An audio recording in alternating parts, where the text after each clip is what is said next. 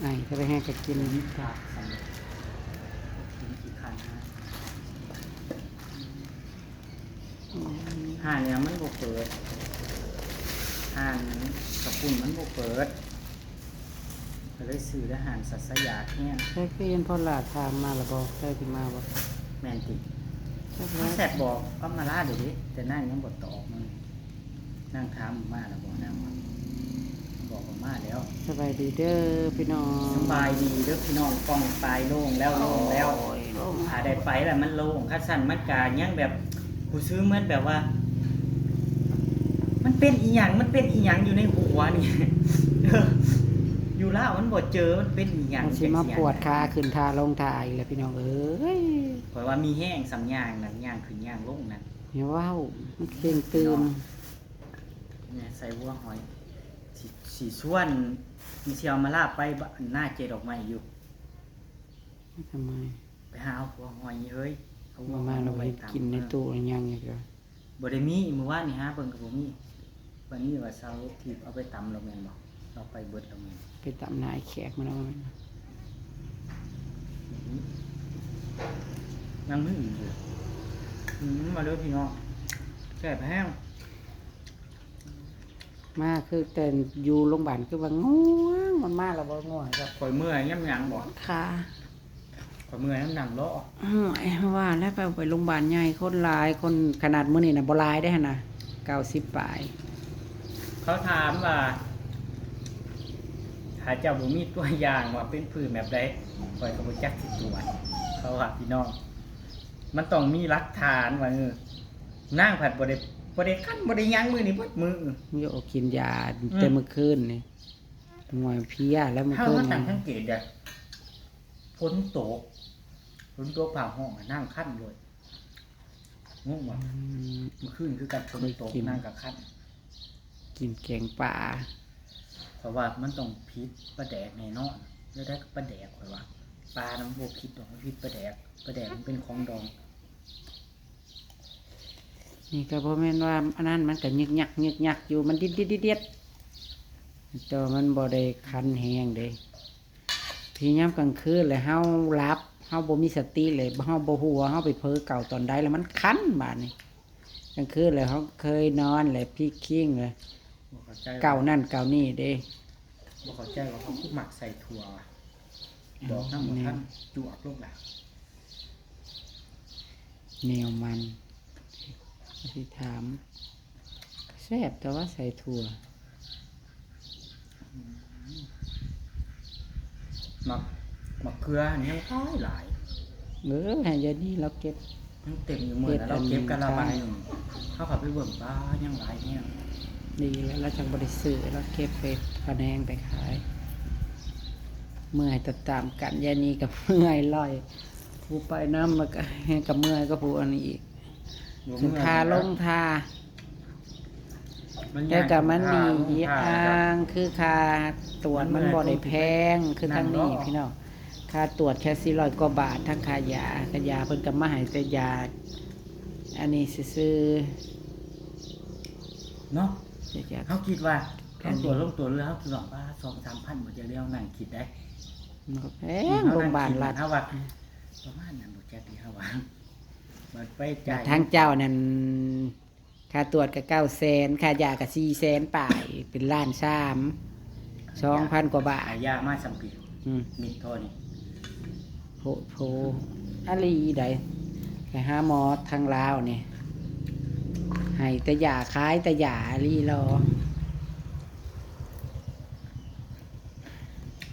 ยามากก็กินว่าได้ซ้ำยาบำรุงและเอาไปกิน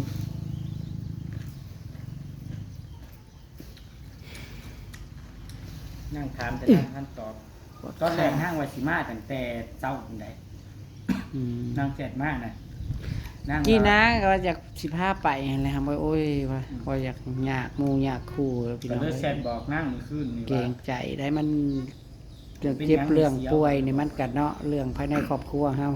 กับแม่นอยู่ดอกเรื่องมีน้ำใจของหมู่นะเราก็เกรงใจ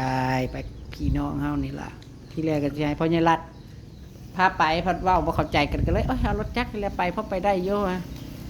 ขี่รถจักรกับรถใหญ่ก็บ่ได้ต่างกันดอกความเมื่อยน่ะมันกระยอกกระทั่งนะ บัดตอน คน กลับ ข้าง มา มันบ่ได้ดี คือจังว่าไว้อีกเนาะไว้ได้ตอนกลับมาบัดตอนไปคือจังว่าเอาขี่คือจังว่าหึงอยู่ตอนไปนะ ไปมี FC เออ FC ก็จำได้โอ้ยจอยเฮ็ดเมี่ยงๆแล้ว FC ก็ บอก จำ ว่า ได้ สวยหล่อกันทั้งคู่เลยสวยจังเล ขอย บคุณเด้อค่ะ ขอบคุณ FC สิ บ้านยังวะเพิ่น ทั เว้าก นะ ทายบ้านอันนี้หยังก็อยู่นี่เราว่า บ้านยังวะลืมแหละ FC ฝั่งลาวกับ FC ฝั่งไทย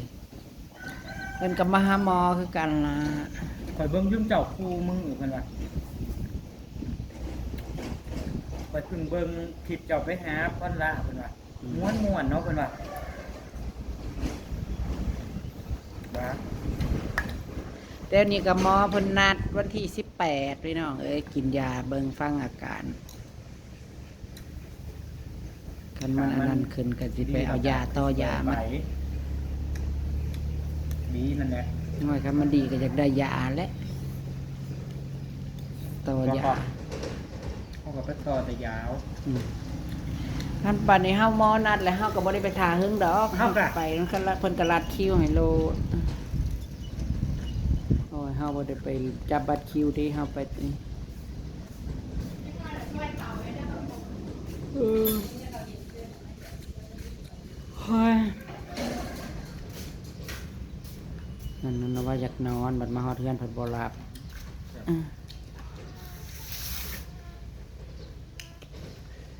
ขอบคุณเด้อ FC ทุกท่านเนาะขอบคุณทุกคอมเมนต์ให้กำลังใจมาจ้า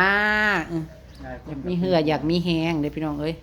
คอยละเบื่อคอยตัวเองนี่คันได้เป็นเลยว่าใครว่าธรรมดาหักบ่เคยธรรมดาจักเทื่อคันคอยเป็นเลย เรื่องงานเมื่อวานนี่ก็ไปหาหมอเป้าก็ไปซองหมอง แล้วไปในอันปักซองในหมองอันนี้ยายตูนในบ้านยายตูนนี่มันก็เป็นปู อันนี้คือกันเพิ่นอยู่ในวัดเพิ่นปฏิบัติธรรมอยู่ในวัดไปขายมา วัดบ่ เพิ่นก็อยู่ในวัดป่าโศกไส้มันคอยไปปฏิบัติธรรมนั่นแหละคล้ายๆว่าเพิ่นมีร่างทรง วัดป้าตัวใด มาอันนี้เพิ่น เอาก็วัดป้าหม่องไปกับชุมอำมาลานั่นนี่ก็วัดป้าที่เพิ่นโศกไส้นี่ วัดที่เราเคยไปเถื่อหนึ่ง อื เนี่ย ม อ๋อ แค่นั้นนี่แล้ว แล้วไปคือไปเมื่อวานในตอนค่ำเพราะว่าเมื่อวานในหมู่มาหากับพี่น้องเอ้ยเมื่อยบ่ได้เว้าเฮาน้ำหมู่บ่ได้เทคแคร์บ่ได้ถามหยังเฮาหมู่ซ้ำมันเป็นซื่อลืออยู่มันเป็นมิตรเมื่อยแล้วก็บ่ได้อยากเว้าอยากจ่าน้ำไผซุมเอื้อยสำหรับบีบขาบีบแข้งเอาแล้วก็คิดบ่ออกจักสิไปทางใดยายตูนก็โทรมาว่าเอาขึ้นมาหาอันปูอันนี้อยู่เพิ่นน่ะก็เลยขึ้นไปหาเพิ่นขึ้นไปแล้วเป้า มันขึ้นไปก็เมื่อยอยู่แล้วลากขาอยู่ขานี่ก็นักมันนี่แหละเพิ่นมาแล้วก็ขึ้นไปหาเพิ่นตอนขึ้นน่ะจองกระไดขึ้นไปนะเพิ่นก็เอื้อมเอือกเพิ่นจุดถูปนั่นก็บ่อยากทันแต่งคันก็บ่อยากแล้วเห็นว่าโอ้แม่อยากได้แห้งอีหลีนี่อยากได้แห้งอีหลี วัดน่ะซักชิดเด้อขนาดเฮาเข้าไปเฮาก็ยังรู้สึกได้ เพิ่นไปแล้วเพิ่นกาแต่งคันยอกอิหยังคือแล้วกา ไปใต้อยาก ก็ให้โกโก้ขึ้นถ่าเอาอยู่ว่ะเอาถ่าจะได้บุญนำอยากได้บุญบวชนั่นนี่ได้แบบเป็นถือศีลจะถึกนุ่งขาวห่มขาวให้นั่นนี่แล้วก็ไปเมตตาอุทิศส่วนบุญคนยังให้นั่นนี่ ถึงเฮาบ่มักใส่บาตร บ่เกี่ยวกับว่าใส่บาตรอันนี้คืออยากได้บุญนุ่งขาวห่มขาว แล้วกับว่าเรื่องคือเรื่องความเชื่อเนาะพี่น้องเพราะเชื่อกับเพราะเชื่อคือว่าหั่นแหละเพราะว่าณตอนนั้นจากที่เมื่อยๆอยู่หายใจพะงาบอยู่มันแบบว่ามันว่องออกนะตอนนั้นนะ แต่ก็ยังมี FC ที่คอมเม ขาน ต์ แข้งในกระเบ้า FC ที่คอมเมนต์เข้ามา ว่าคือบ่ได้เจ็บได้ปวดนี่ ว่าตอนเฮา แต่ว่าอาการที่เฮาปวดแข้งปวดขากันนี่สาเหตุก็ย้อนเฮาย่างเฮาไป ป่าไปดงน้ำนั่นแหละพี่น้องเอ้ยแต่ว่ามันเบามันเบาต่างนะแบบว่าให้ดีเลยมันกับโบแมนดอกเนาะว่าสิเศร้าไปปิดถิ่มรถแต่ว่าอาการที่ว่าเมื่อยนักนี่นะมันแบบมันว่องออกนะจากที่เมื่อยแบบบ่อยากว่าอยากจ่าน้ำไผ่นี่นะกินน้ำมนต์น้ำเม่นยังไงส่วงไอ้สาวก็จะสิไปปฏิบัติธรรมอยู่วัดป่าให้มันครบบัดนี้นะเพราะว่าเจซีเคยไปปฏิบัติเคยไปเข่าหมอเคยไปนั่งภาษามาเด้พี่น้อง ผมเคยไปแล้ว ไปนั่งภาษามาเลยแต่ยังบ่ทันเขาเอื่นว่าเพิ่นเอื่นว่ายังบ่ไปทวนงานนะไปทวนแค่2 มื้อที่จริงไปทวนงานมันต้อง14 มื้อเด้14 มื้อเรียนอันนี้เพิ่นได้แต่2 มื้อผัดหันนี่ยากโน่นนี่นั่นบาปยังดึงยังจ้องคือว่า ไปกับห้องนั่งบ่ได้หรอก โอ้ยมีแต่กับบ่ได้คือตะโลนกับไอ้หยังตะเล่นน่ะสิเป็นตะได้อีหยังขลุลุกขลุนั่งอยู่ไปนั่งสมาธิในลานกะ บ่ได้ บรรดาพัดพาน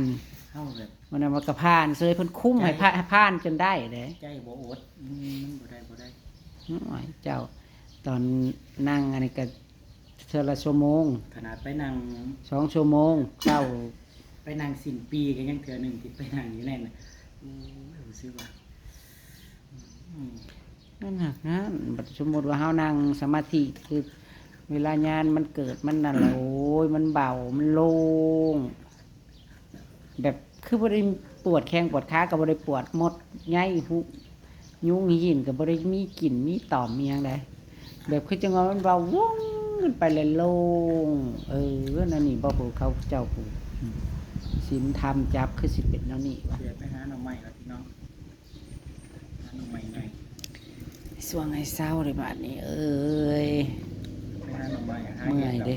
ปีได้กับปีนั่นคู่ปีเอาโลดแฮงก็ใกล้สิฮอดวันเกิดแล้วมื้อนี้ก็วัน ปีละ เกิด 2เทื่อ นี่มื้ออื่นมื้อฮื้อนี่ก็วันเกิดแล้วที่แรกนั่นยายนี่ชวนไปเดินใส่บาตรว่าสิไปใส่บาตรลูกบ่ได้จ้ามื้อเช้านี่เพราะว่ากลางดึกมาแล้วคันนอนจนนอนก็บ่ได้เลยอดบ่ไหว้เลยกินยาแก้แพ้เข้าไปบัดนี้ตอกยานอนรับเข้าไปอีก ลูกก็ขึ้นบัดนี้ยามมื้อเช้าจนจอยกอกวอกพี่น้องเอ้ยส่องกระจกเพิ่นก็จะบ่อยากเบิ่งฮอดตัวเองหน้าเฮ็ดกากวากอยู่แฮงกับคันจ้อยเลยมีแต่ลงหน้ารถแขนขาน่ะบ่ได้ลงอยู่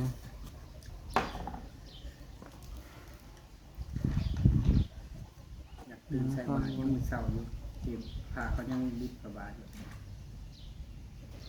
โอ้ยใส่วิวัดอยู่สิหยังบ่แม่นวันศีลก็ให้ก็ใส่คนบ่ได้หลายก็จำบ่เรียนสิถ้าแต่วันศีลวันพระอิหยังให้ใส่ ใส่ผ้าบิดประบาดนี่แหละ นี่นะพระเจ้ากับบินนะหากงามนี่เขาเจ้าบ่ทันบินติบ่ทันได้เข้าพรรษา วันเกิดสิจัดอีกติ โอ้ยจะมีทุนจะมีเงินที่ไหนมาจัดวันเกิดไอ้สิลงนาซื้อปุ๋ยนี่ใช้ เรา สิ คือสิบ่ได้จัดดอก เขามาว่านเขาวว่านน้ำนี่สิมีบุญบ้านบุญพระป้าอีกนี่เนี่ยออกกองพระป้าน้ำเพิ่นอีก เฮาก็ว่าอยากได้อยู่ได้จากกล้องหนึง เอ้าก็ลงซื้อกอง500 กล้องละ500 บุญพระป้า พี่น้องเอาบุญผ้าป่านำกันเด้อกล้องละ500เด้อพี่น้องเด้อ บุญพระป้าแล้วก็บุญสุดบ้านพร้อมกันเลยปีนี้ ผู้ใดอยากทำบุญว่า เดี๋ ทิ ยว ศส่วนกุศลให้พ่อแม่ที่ล่วงลับเนาะก็ได้เด้อพี่น้องมาบุญนำกันวันที่17พี่น้องทุกข่อยก็ว่าอยากได้อยู่กล้อง จะอุทิศไปให้พ่อให้กับย่าให้แม่ย่าเจ้าก็บุญไผเฮ็ดกับไผได้เนาะพี่น้องเอ้ยไปเฮ็ดไปสร้างกับผู้นั้นได้บุญศีลกินทานก็ได้